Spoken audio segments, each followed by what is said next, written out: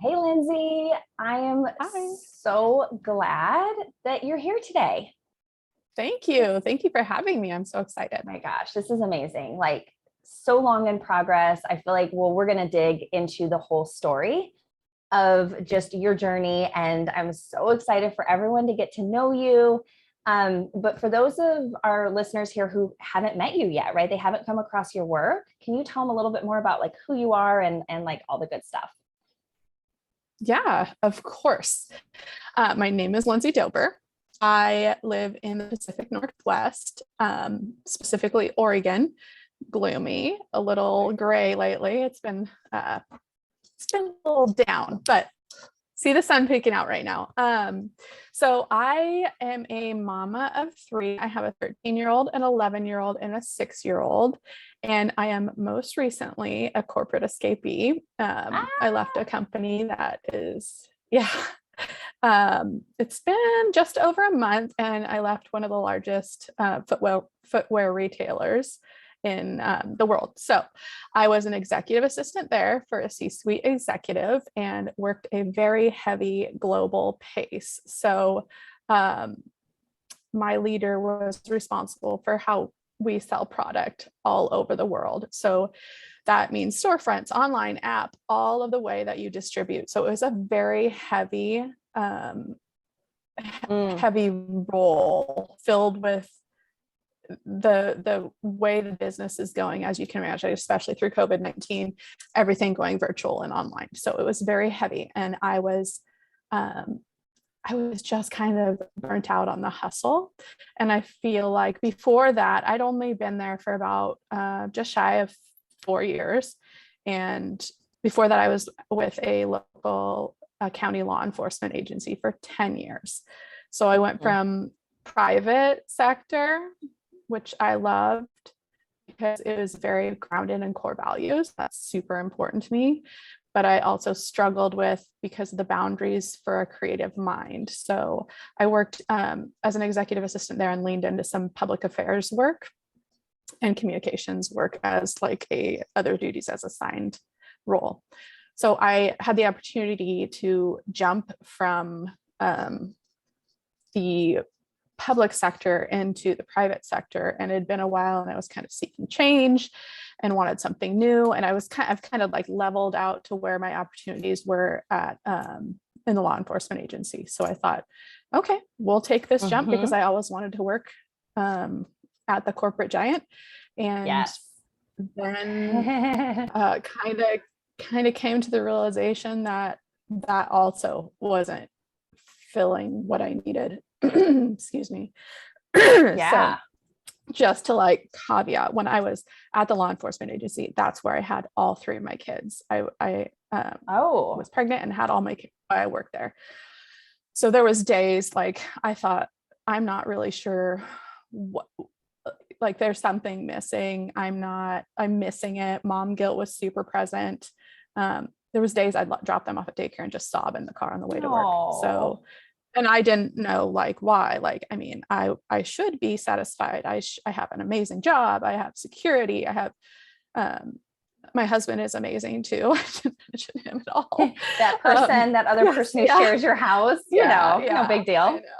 He's self-employed, and since we live in Oregon, he runs a logging and road construction company. And yes, that does still exist. It's an anomaly, but I love it. He is very involved with that. He's involved in a board representing all of the logging companies in Oregon and coming up on his presidency for that. So on that executive committee, he does a lot. He does a lot of the sports coaching for the kids. He's very tapped out on volunteer activities. And just because of the nature of his industry, we've been together since we were just leaving high school. So 20 plus years. And his job is daylight to dusk. So he works literally, he leaves the house in the summer. He's on the job at 3:30 or 4 and a.m. 3:30, 4 a.m. and then comes home typically 6 to 8 p.m. That's adjusted a lot since the kids are in sports so that he can be there to like support them. Oh my gosh. I have always functioned as the primary default parent.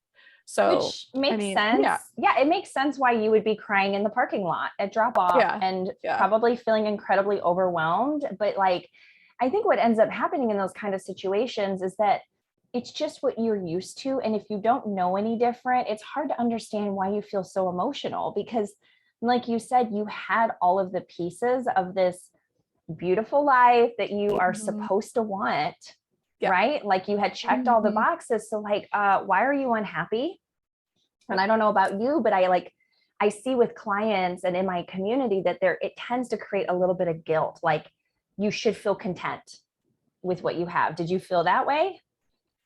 Always. The shoulds are always there. And it's something that I feel like you and I have worked on. And also a lot of the reading that you've kind of suggested to me have supported reframing, because it's a common thing. Like you should feel like satisfied, and a common one that I know, this is more off topic, but it's like more of our recent work is, I remember when I first started like looking into being an online business manager, it was the discussion of what do you want to make? And my discussion was like, oh, I just want to make enough. I don't really need money. Like, I called that one out. Yeah. Yeah. And now I'm heavy into like reading, doing a lot of work around like my money mindset, because it was very unhealthy, and like focusing on abundance versus scarcity. Oh my gosh. Yeah, it's all kind of coming full circle, but the shoulds were keeping me down. And like one of the things I wanted to share with everybody listening is that I was very traditional with like my concept of how employment looks. Like from the get-go, I will tell you, my mom would always focus on the fact that does it have insurance and does it have retirement? So those are two things that were crippling. Have the benefits. Gotta have that safety and security. Yeah, it was crippling for my growth to just kind of break through that. So like even being the fact that I've stepped away from a position is huge, because I have never, since I was 15, I've had a job like many people. And yeah, and it's just like, if I was making a change, like, oh, does it have benefits? It has to have benefits. Yes. And benefits with a capped ceiling of growth, right? Yeah. It's like we always think like, oh yeah, the benefits are so great, but it's like, do we take into consideration that there's a ceiling on what you can earn? There's a limit on how many personal days, vacation days you can take. Like you really are subject to your employer. And are you willing to make that trade for those wonderful benefits? Yes. But if you don't realize that there's another option out there, you're kind of locked into this thinking. And that's kind of where I was like when I was leaving like my kids and crying and being like, oh, something's off, but this is what I have to do. It's what I have to do. As my husband is self-employed and always has been. So there's not benefits there. So I just wasn't able to think outside of the box. And I just think I felt trapped, like, because this is what you have to do. Yes. So I kind of went off track there, but that's like that like reverses back pretty far to like the origins. I mean, I'm talking about my oldest son is 13. So that's a long time to sit and like just feel like a ball in your stomach of there's got to be something better. But day in, day out. I'm stuck. Yeah. Yes. Oh my gosh. Yeah. Which is just like the worst feeling. And it's hard to know, where do I go from here? Like maybe even if you can identify those feelings, but then like, what the hell do you do with them? Like, you know, was anyone else around you making big changes in their lives, or were all of your like peer groups kind of doing the same thing? I would say actually, from my peer groups, my best friends have kind of traditionally been able to like work inside the home. So it's been a little bit different. They've all been super supportive, but I've always been the one that's been defined as the hard charging, like career driven one. So, and they know that, and they would even like say back in high school, it was bound to be that way with how I like approached studying and academics. So it was writing was on the wall. So you were on that track no matter what, but then you jumped the track. And I remember I was trying to recall when we did your first consult, I wanted to look in the email. Yeah, it was. I wanted to look to see it. No, I looked like, and I was like, God, I don't even know if you had the same email address because it was so long ago. It was, I want to say it was summer 2020 was when we very first talked. Does that feel about right? I feel like there might have been one more time earlier. Okay. So for everyone listening, okay. So Lindsey came to me sometime a long time ago, a couple years ago, to learn more about coaching together. And we did a call, and a lot of these things that she's mentioned here that you've mentioned presented, right? Like they came forward in that call, but at that time, like you just weren't ready. You weren't ready to do the work. Then we did another consult, I want to say like March or April 2021. You came back around, and I think I was kind of like, okay, are you ready? And then you weren't ready. And then late summer 2021, you jumped in, and it was finally time. So tell me a little bit more like what that was like for you of just even thinking about coaching, your familiarity with coaching, and then what that transition was like. Yeah.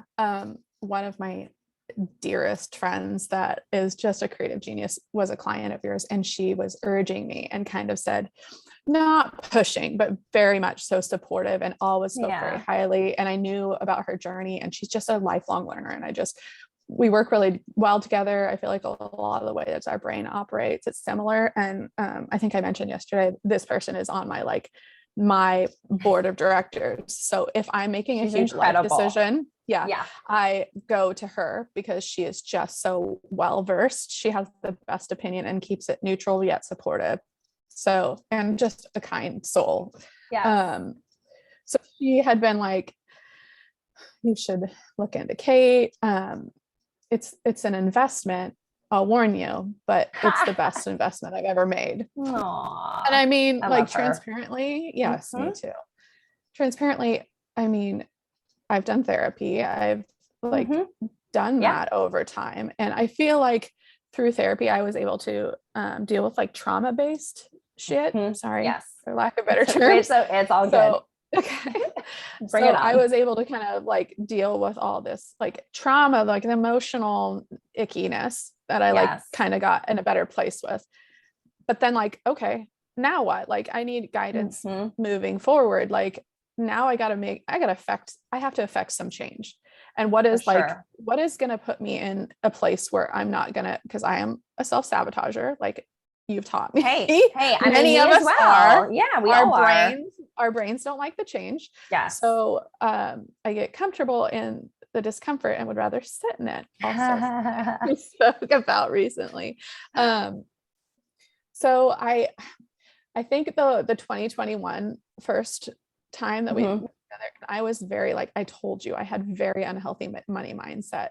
Yes, for sure. Work. And also transparently, I do not have my finances in spectacular order. It's just what it is. So when people come on and you get the impression that they are squared away, they've got no debt. No, that's not my case at all. So I'm a Dave Ramsey follower. Like I don't want any debt. My mother is also the same way. So I have a lot of those values that are like pushed down on me. Yes. So now doing a little bit of work, I am not in a great place financially, but mentally it's fine. Like, I feel way better, and I know it's going to resolve eventually. I'm going to handle it.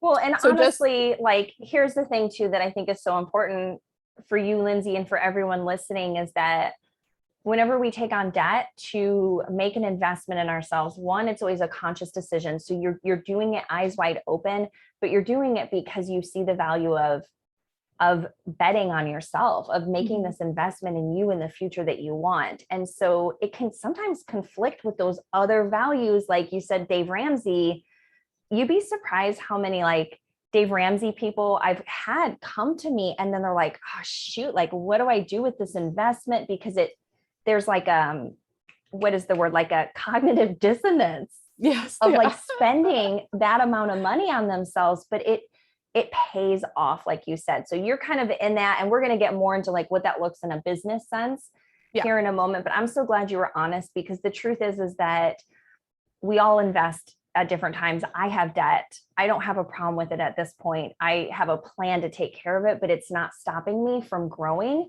And so I think it's so crucial that, like, I'm glad we're having this open conversation. Yeah, totally. And that's exactly what it is. Like, I can't sit and dwell on it. Like, I need to move forward and get to the point where I'm like rocking it, so that debt is just an afterthought. I'm using debt as my money. Like, it's what it is. It's part of money.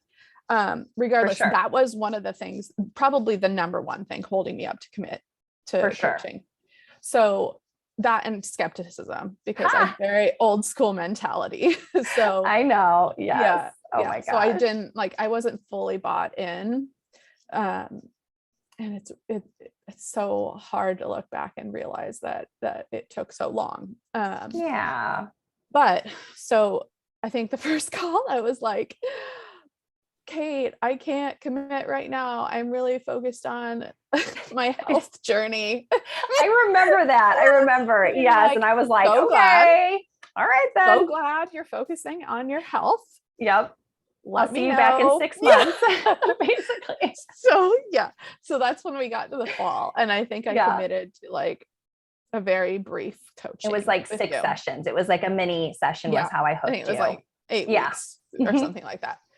So then I got in that, oh man, that was messy. That was a messy time, because that's hard. Like that. Yeah. Yeah. But I wouldn't trade it for anything.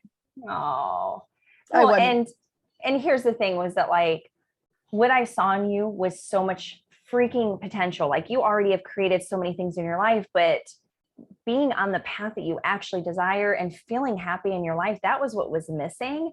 And so I really could witness that in you, and I pushed you pretty hard from the beginning. And every client's different, so I really try to assess, like, what can she handle? What does she need? What's the pace? And I could just feel in you that, like, it may be a little hard, but that you needed that push to go. Yeah. And the push was never hard. It was very gracefully direct. And like it like slap you in the face, like, wake up, like, you know, your life is passing you by. And I mean, you didn't say those exact words, but that's exactly what I needed, because I felt that I felt like I'm going through the motions every day. There's like, this is the emptiness. Like, I need something different. So and you need someone to say that to you, because no one else in your life, maybe your friends, like you were mentioning your peer group, but I'm guessing like your mom wasn't going to say that, your husband, right? Like, you needed someone to speak that truth into you. Yes, exactly. So we got through, I mean, I feel like that like really getting into the nitty gritty of, what was holding me up in that first brief session that we did. Yes. That, by session, I mean the period of time that we were working together. Yes. I mean, I told you this the other day. I remember one call, I was just so, I'd get so stuck on like my mind being stuck, but I can't. Like, I can't make a change. I can't even consider something different. I'm trapped here. Like, this is, I have to do this because this is what I've been told I have to do. Yeah. And I'm like, there's no chains. Like, you're not strapped to your desk. Yeah. And go. And me just being like, we had to end a call and you had to give me time back because I couldn't stop stopping. And this is not always like this. Oh my gosh. And you've just scared away my entire clientele. I'm just kidding. No, but this is like, coaching is all the things. It's cheering you on. It's encouraging you, but sometimes you cry. Like, sometimes you feel big emotions because it's the things you've been suppressing, you've been afraid to face. And now it's right in front of you. And it's like, it's kind of like that moment where you can leap and you're choosing yourself over and over again, but it doesn't mean it's easy. Yeah, exactly. And like, something that reminds me of like that situation of being like, it was probably around the same time. And I was sitting in a conference room meets boardroom situation at work and meeting with the CEO's assistant to just kind of, I was new in the role and kind of wanted to get to know her. And it was like, you were on a personal level, we were just trying to get to know each other. And I was with a very close colleague of mine. So it was the three of us sitting there, just chit chatting over lunch, like casually. Yeah. And I remember her asking what I like doing. And like, this is a recurring event for me. Like, I am unable to identify like what my hobbies are. I mean, I have them. I'm not able to like be in touch with like what I like. And I remember just sitting there and being like, I like cheeseburgers. Oh my gosh. Yeah. Because right. Like kind of that disconnect or that lack of permission to like do what you love in your life and figure it out. Like I'm in this box of like what I'm supposed to be. And what does the book say I'm supposed to like? Oh my like, gosh. You know what I mean? Yes. Like, I know I like things, but it's just like verbalizing it. And it's like, I was in as like an executive assistant in the higher roles. I don't represent myself. I represent my leader, and doing that discontinues anything that like I identify personally with. So it's like you're almost put in this like, okay, I have to be this way. So and I mean, I love representing my leaders, but like as an OBM, I want to be a growth partner. So somebody that I'm working collaboratively with. Like I get so much from working with creative minds, and like just being able to riff off like-minded mamas. That's kind of like one of the things. And I think I'll just fast forward a little bit. When we had a discussion, I think you'd suggested, have you ever heard of an online business manager? And I was like, no, tell me everything. And in true Kate fashion, you wouldn't tell me everything or why you thought my capabilities would be good in this scenario. You needed to let me figure it out. Which is why you're so great at what you do, because honestly, you're not just spoon feeding information, you're guiding for you to be like, give yourself the permission to explore. So when you suggested that, I saw it as an out, and I thought anything that like aligns with exit strategy. Yes. What I could do, my capabilities, where I could be strong. So I got off the phone with you, and I remember I reached out, I searched Instagram. I started reaching out to some like cold calling other OBMs. You went all in really fast. Yes. Oh, it was so quick. Asking them, what does this look like? What is your day-to-day? Like, do you have, like, I met them for virtual coffee because we were all online, and just kind of like pick their brains.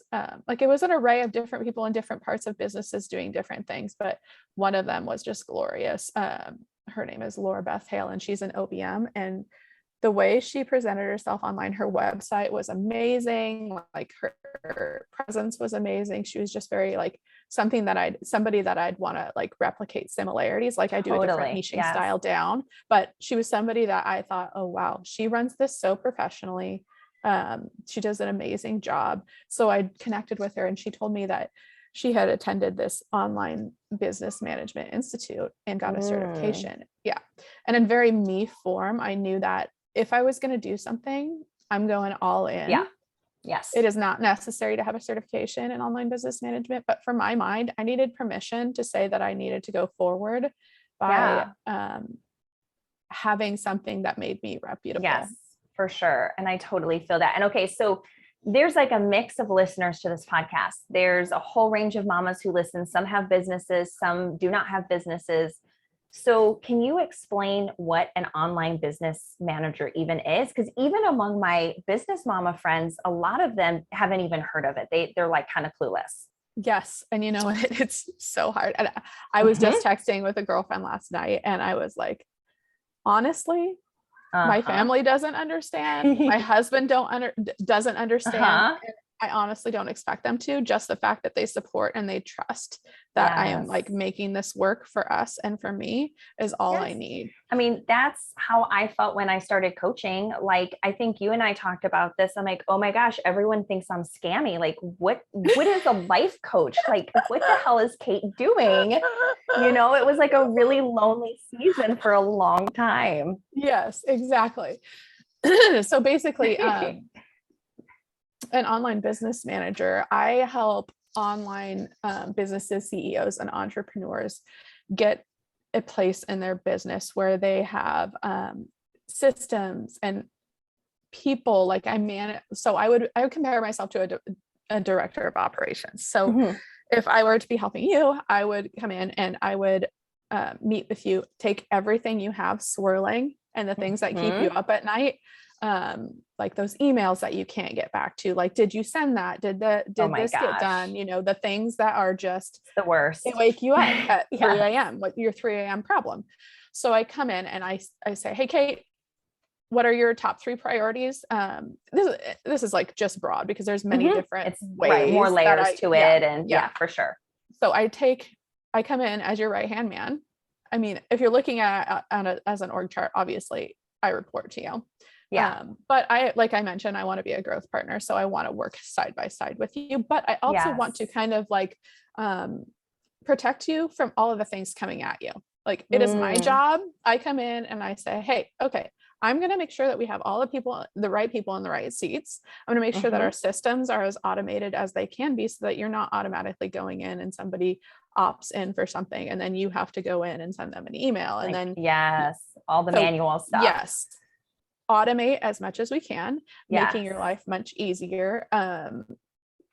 Launch management is a big piece of it, which is kind of like huge for those of us, especially those of us who are coaches or like course creators and those kind of people. Like the launch, you guys, for those of you who like don't even know, like it is such an epic, exhausting, complicated, like it takes a lot to execute a launch behind the scenes from what you just see like visibly on social media.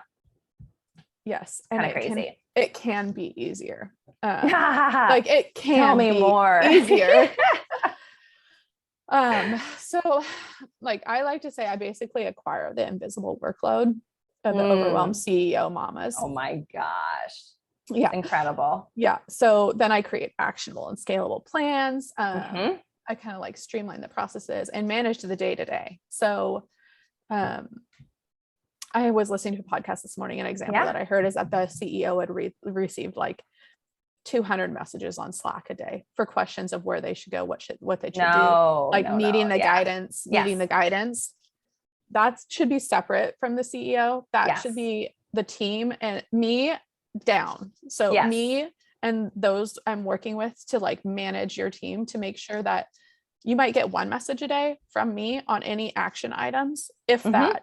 So we need to just kind of like make it so the CEO can focus on their zone of genius, their growth, the things that they want to do, the things that light them up. So just giving that bandwidth back, because there are so many coaches and CEOs and entrepreneurs, solopreneurs out there that have just been operating in this solo mindset for so long because they get it done because it's them. Because you can, like, I know I can wear all the hats, but man, it's so exhausting. All the things that you take on to try and run your business. And then inevitably, like you get to a point where you can't grow anymore. And this is really where I see people get stuck is they want to scale their businesses, but because they have worn all the hats, they have no way of scaling up because they simply cannot work anymore in their business. And this is not the way to do it, because it's like the business owner should be the visionary, the creative, the one who has kind of the broad plan and the vision. And then like someone like you, Lindsey, comes in and helps to execute that, right? Is that kind of the, totally. And like you mentioned, like you can do it all. You can, and you have been, but you don't have to. And it can be better. So tell me more too, because I think this comes up a lot with us mama entrepreneurs. Like there's always the time versus money equation, right? Like I can get in my head, well, I can do that. I could make this, I can edit that. I can make this happen, but I'm sacrificing time in exchange for thinking I'm saving money. But am I really, like, what is the real exchange there? Right. I mean, hiring an OBM is an investment, but think about why you're in this. Like, why you got into this for like in your business so that you could have that time freedom. And at some point, like you mentioned, like you're going to get to a point where you can't you can't do anymore at the Mhm. pace you're going and still grow. Yes. You've Yes. kind of like capped out. Yes. Yeah. So making that investment with an OBM catapults you work collaboratively with that OBM, because not only am I'm managing your team and your systems and your launches and everything Mhm. all that you're doing, Right. but we also are operating off of down to a 30, 60, 90 quarterly and an annually plan. So everything is mapped out against Oh your my goals for gosh. the next year. So we say, okay, in this quarter, we have these 3 projects we're working on. This is our focus right now. Huge. Yeah. It's so freaking huge. Yes. So Yes. then you have that strategizing piece, Mm. and then you can still apply like your long-term growth to that. So Mhm. having your zone of genius area and your area where you have the capability to like get a wild hair and go with it Yes. and bring it back to your OBM to make sure it's Oh my incorporated gosh. appropriately within the strategy, of Totally. course. Yes. I know. I know. Yeah. Yeah. 'Cause I'm wild. I But am you wild, but have the capability, like you can go and you yeah, have that, you're not tied up with that anxious feeling all the time of I'm dropping the ball. No, which because is we the have a worst. plan. And if Yes. we need to veer away from the plan, we replace an action item or we see what that is against the priority. So you have the Mhm. capability to dream more, to grow more, to get to where you want to be at the next level. Oh my gosh. It's just you Well, have to invest. And another thing that I was yeah. like listening to is that Yes. you can get a VA and you can like lean in. There's so many good VAs out there, but the one thing that I see might hold business owners Mhm. up when you do that is that you might hire a VA and you have all of these tasks in your brain and you're thinking, okay, this person is going to take these tasks off, Right. and but you have to take all of the info, Management. Yes. share it down, Right. and For then so sure. if somebody like me comes in, sorry, we hire a VA, Yeah. we create we create those procedures. Yes. So we have them if said VA needs to step away, if they get another opportunity, if Yeah. something they decided to Happens. separate. Yeah, Right. life happens. For We sure. can hire somebody else on. And in those systems we've already established, it's basically policy and procedure for how to do the Mhm. job. There's things like we have videos set up on exactly how to do the process and what systems and where Oh you my go, and it's step by gosh. step. So So you your have, company is solid, is essentially like end of the day, your company is solid and secure that if you have team members come in and out, your business isn't going to fall apart overnight. yes, and there's a replacement. Like it's not, so you think, okay, now I found out that I have a VA that's going to step away. They gave their notice. Mm-hmm. Oh God, we have to also recruit and onboard a VA, and then we have to pass on the information that Oh, that yeah. VA, hopefully before we get them from their brain to the next person. But if you hire the OBM, you have those established SOPs in place Right. so that it's seamless. It's seamless. They could learn on their own. Oh my gosh. And that's just an example of like a VA. Like it gets bigger. Like if you have, Mm-hmm. you're expanding in sales and you're going to need another coach on your team, and Mm-hmm. the growth is just infinite. So like in the areas where you have all these like policies and procedures that you can train on, it Yeah. just, it really makes it dependable. So you as the business owner can step away on a vacation and don't have to be pinged constantly. Oh my gosh. Yeah. That's amazing. And that's really the goal for all of us mama entrepreneurs is like, we're not replacing our 9 to 5s. Like we shouldn't be, we don't want to be. So we want to be living in our values. And then this feels like such a really powerful way to do it. I'm like listening to you and okay, so Lindsey is coming into the next round of micro mastermind. And I'm like, the other mamas in this small cohort are going to be so lucky to have your brain in that pod. Oh, Like, I love containers like this. It is, oh my it God. just, like I said, I love the collaboration. I also like find it really challenging. So like, let's warn the other members because I get If so you're excited. listening. Yes. I get Other so moms. excited.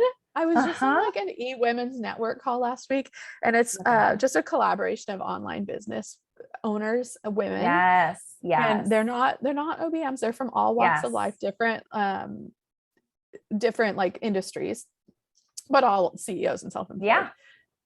And I get so excited when they're like, oh, how should I do this? And I'm like, oh, me. And like every time I'm like, okay, I cannot share turns because I get so excited. So Oh it's my something God. I'm working on because I just want to make sure like it just lights me up working with other people that are cannot just wait. like-minded. Yeah. Oh my God. I cannot wait to have your energy in the group. It's going to be so huge.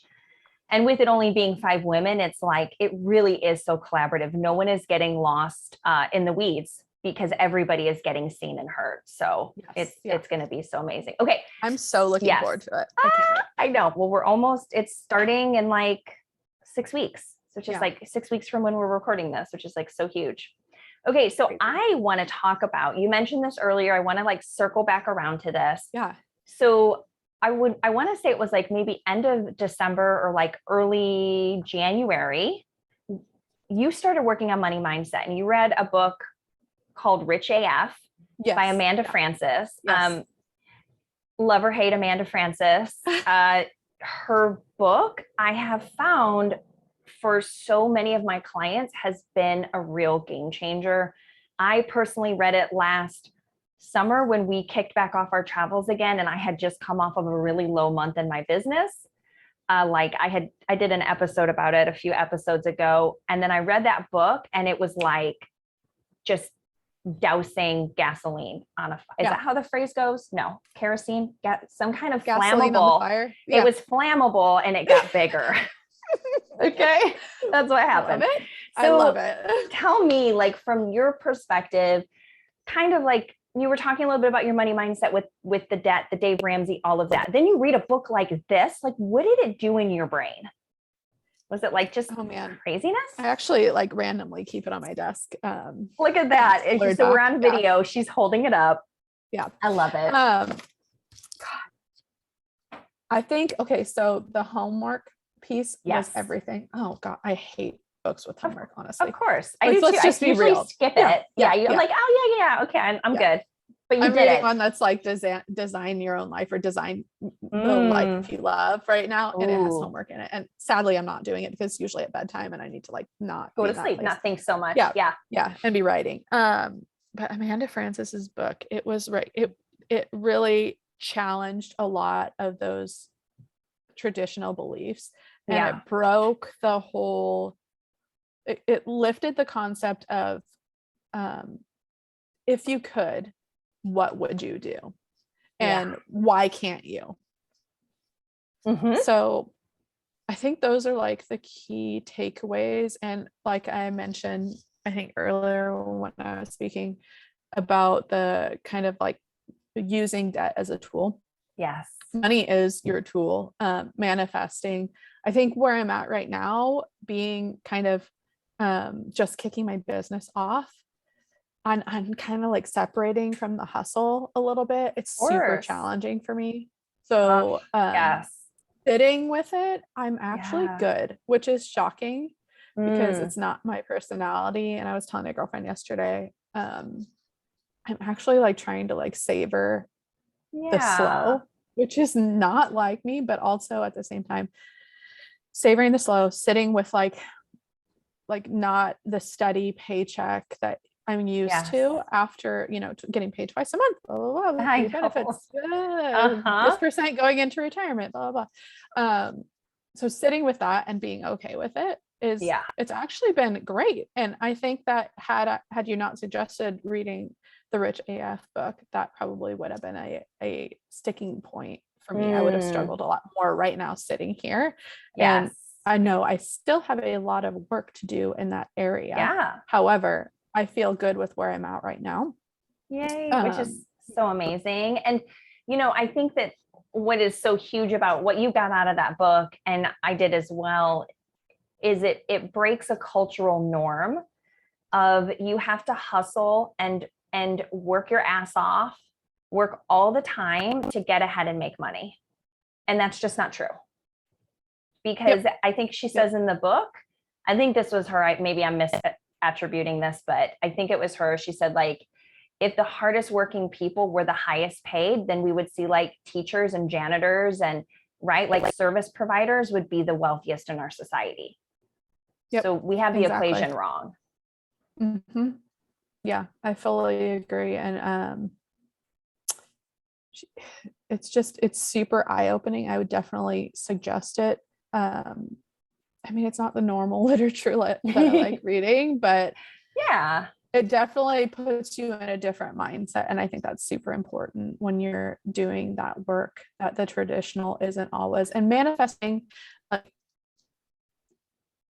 I mentioned, abundance over scarcity, like Yes. just kind of knowing that, okay, in a year, this is what it's going to look like for me.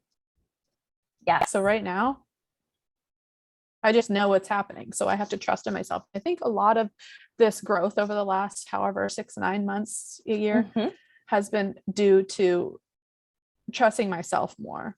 Yeah. Yes. It always comes down to self-trust. Always, always, always. It's like when we struggle to listen to ourselves, listen to our intuition, to have that trust in our own inner vision, like it slows you down and it keeps you from creating what it is that you want in your life. And so you've kind of discovered that. Yeah. And like I said, there's a lot more work to do around that, but there's always going to be work to do. And as long as you know it and you're like open to it, it's just a perpetual growth process. I mean, right now, you had gifted me in an unboxing that you can see in my Instagram page, this wonderful gift for when I kind of quit and kicked off my business. And one of them I'm reading right now, We Should All Be Millionaires by Rachel Rogers. So that's the one I'm just now working on. And I think there's a lot of good gems in there for listeners too. Yeah. That one is so, so good. And I like, so Amanda Francis's book is a little bit more broad money mindset manifestation, whereas Rachel Rogers is a little bit more the practical of like what it is actually like as a woman to grow a business and to work through those like challenges and limitations that come up, and, you know, scaling a team and having $1 million mindset. And I think especially for us mamas, you know, Sarah Bennett and I talked about this on her episode a couple episodes ago, 82, I think, about how it is like unheard of to hear a woman, and especially a mom, to be like, yeah, I want to make $1 million a year. Like people would tear you apart because we've like been socially conditioned to equate like making a lot of money with being bad or being evil or something like that. But like essentially the world needs more good-hearted people like mothers to be making massive amounts of money to then use it for good purposes and start shifting the way that we essentially run and operate the world. At least that's my perspective. I don't know. What are your thoughts on that, Lindsey? I think that $1 million isn't very much anymore. Yeah, there's that like whole inflation thing that's like happening right now. It's really weird. The gas pump, I don't know. Yeah, no, I think it's doable. I don't think but I do agree that it's this thing where when you actually show desire for income and not just that forever humility of just being happy getting by. Yes. That there's a conflict there, like society wise. But I mean, when you break it down, like $1 million is not unattainable. It is attainable. And you know what? There's costs associated with that too. So it's true. Completely doable. Like look at the real estate, like trying to buy a home. Yeah. I mean, it's doable. Yeah. It's not unreasonable to say you want to make that. And it's completely feasible. Yeah, it is totally feasible. And it really just starts with allowing yourself to hold that possibility for you, right? Like of you being the kind of woman who could make that happen, even if you have like zero idea in this moment and your brain is saying, oh, there's no way in hell you could ever do that. It's just that kind of like gentle pushback, that gentle holding of like, you know what, it could be possible. I see other women making $1 million in their business. Why not me? Why couldn't it be me? And from there, right? Like once you kind of drive that wedge in the limiting belief, it starts to expand, it starts to grow. And then suddenly you're like, yeah, that is what I'm doing. This is just what I'm here for. Yep. Exactly. So powerful. It's the whole concept of the expanding. Yes.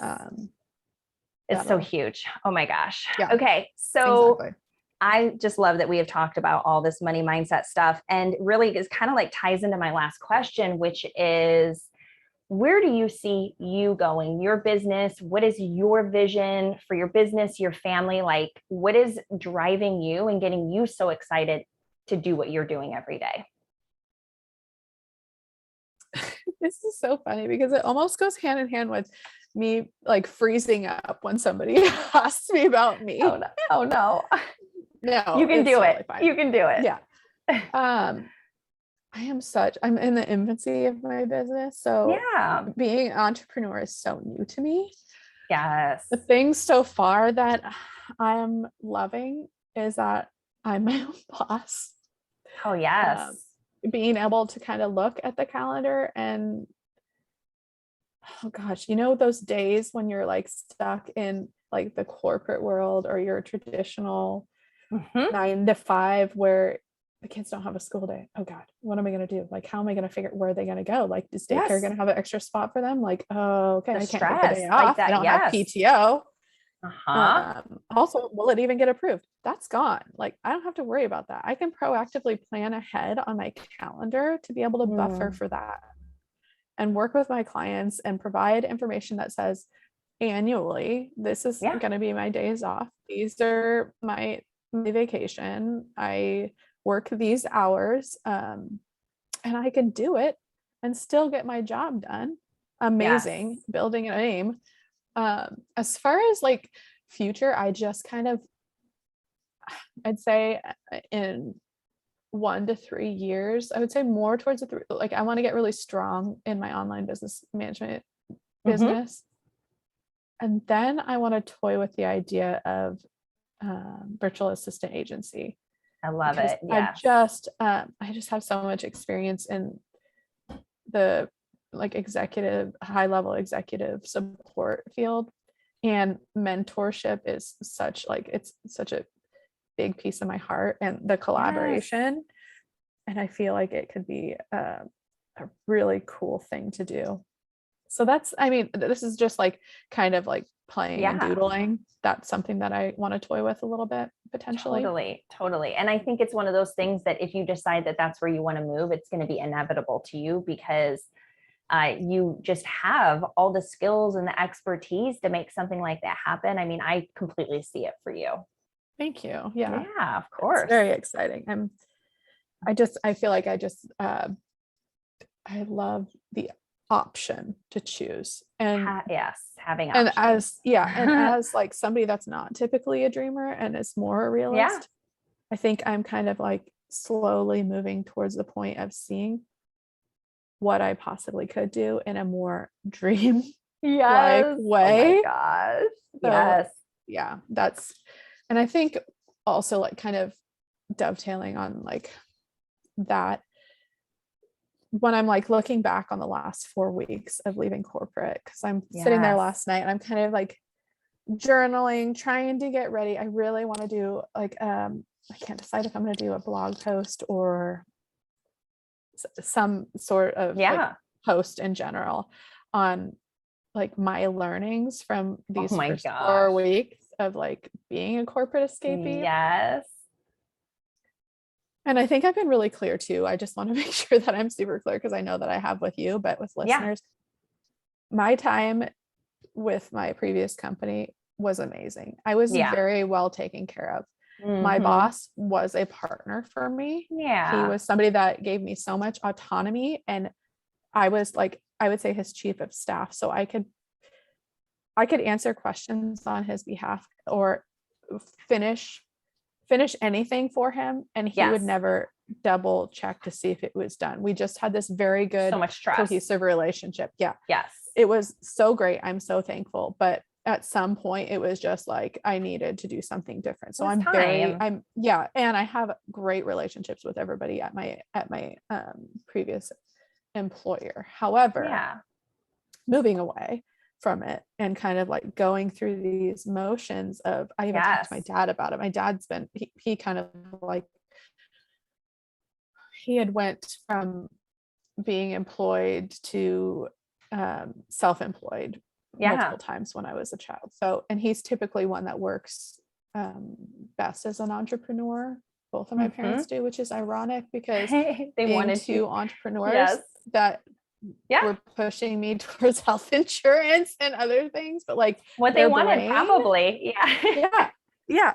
But their brains work best, and they were so great at the things they did individually that maybe it's genetic that I am better suited for something like this, like independent, being a CEO. Anywho, my dad had said, yeah, it's gonna take you a minute to like kind of transition from being employed by somebody to working for yourself. So the findings that I would say, just like briefly, is that the weight is lifted. Like all the hopes that I had, all the hopes that I had for leaving, God, it's a different ball game. I'm like able to, I was telling girlfriends this weekend, I'm more emotionally available for those around me. Like one of my best friends and I had brunch for her birthday last week, and we are not huggers. And I asked her if I could give her a hug. Oh my God. You did? Like, yes. Oh my gosh. Yes. Wild. So that is a big observation, right? Because it's like, I feel like just going back to the beginning of your story, when you're so overwhelmed and you're carrying so much emotionally, you become just tapped out.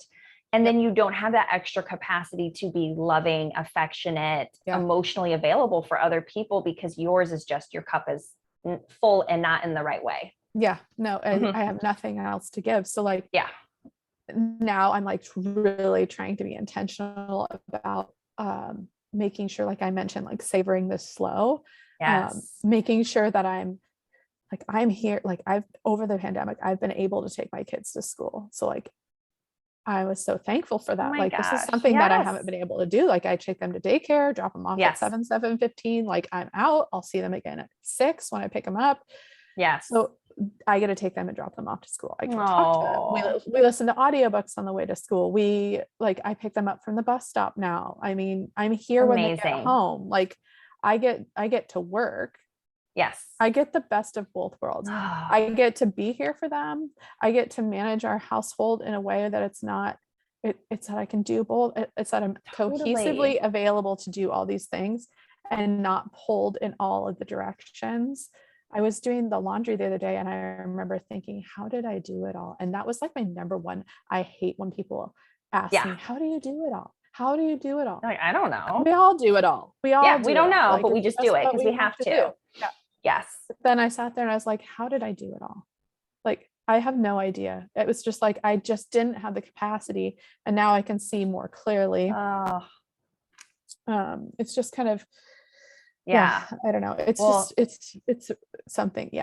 Well, thank God you can now have that, right? Like you don't have to worry about the doing of it all. It's just like you've created now intentionally what it is that you want for your work, like so that you can feel fulfilled as a woman in her business, but then also so that you can have the family life that you want, like, which is just like, I think what so many of us are going for. So, okay. If the mamas listening to this, they want to find you, right? Because we want more Lindsey. So like, where are you on social, website? Like, how can they find you? Yeah, I am lindseydober.co, and it's LINDSEY. And then Dober, D as in dog, O, B as in boy, ER .co on Instagram. And that's also my website. And I would just love to connect. I'm finding like a lot of value in just connecting with other mamas, even OBMs doing the same work that I'm doing. It's that community that I think that you value, Kate, that I am just loving. I'm loving it. And in support of you as well. Like I 100% would not be at this point without you. And I also, as a skeptic, I mentioned that I'm a skeptic of like anything outside of the box. If you are in any way, like wondering if you need a Kate in your life, you need a Kate in your life. Aww. Even if it's for a short term, you will reap the rewards and see the benefit for you. So I mean, I think that was my main intention when I wanted to be on the podcast, is that I wanted people to know. Well, because I'm such a like realist that why would you invest in yourself in this way? Because there is market change. that will be better for you and your family and your future. So even if it's just a call, reach out, because number one, also when you are in crisis mode, Kate has the most like calming presence voice.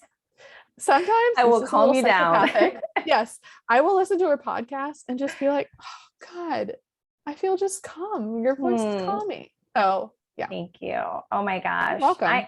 I am so damn grateful for you. It's like, you know, my mission on earth, like why I'm here, is to help women like you find their truest path, to feel happier, to have a life that you actually love, that you love waking up to. And it's been such an honor to be on this journey with you and like just watch you grow in this way. It's just like the most amazing gift to me. It's like my reward, you know, of getting to witness to your growth. And it's just the beginning, because like you're going to be in micro for 6 months, and we like just get to keep leveling up together. So insanely grateful. Wait. Oh my God, me too. Yeah. I'm so happy you were here today. Thank you for coming on the show. Well, thank you for having me. It's just, I love it. And anytime that I can kind of support like expanding and being able to be that true self that you can do. And oh my gosh, it's just, there's so much. And I just want to scream it from all the rooftops to all the mamas out there. There's more. There's more for you. So much more. So much more. Yeah.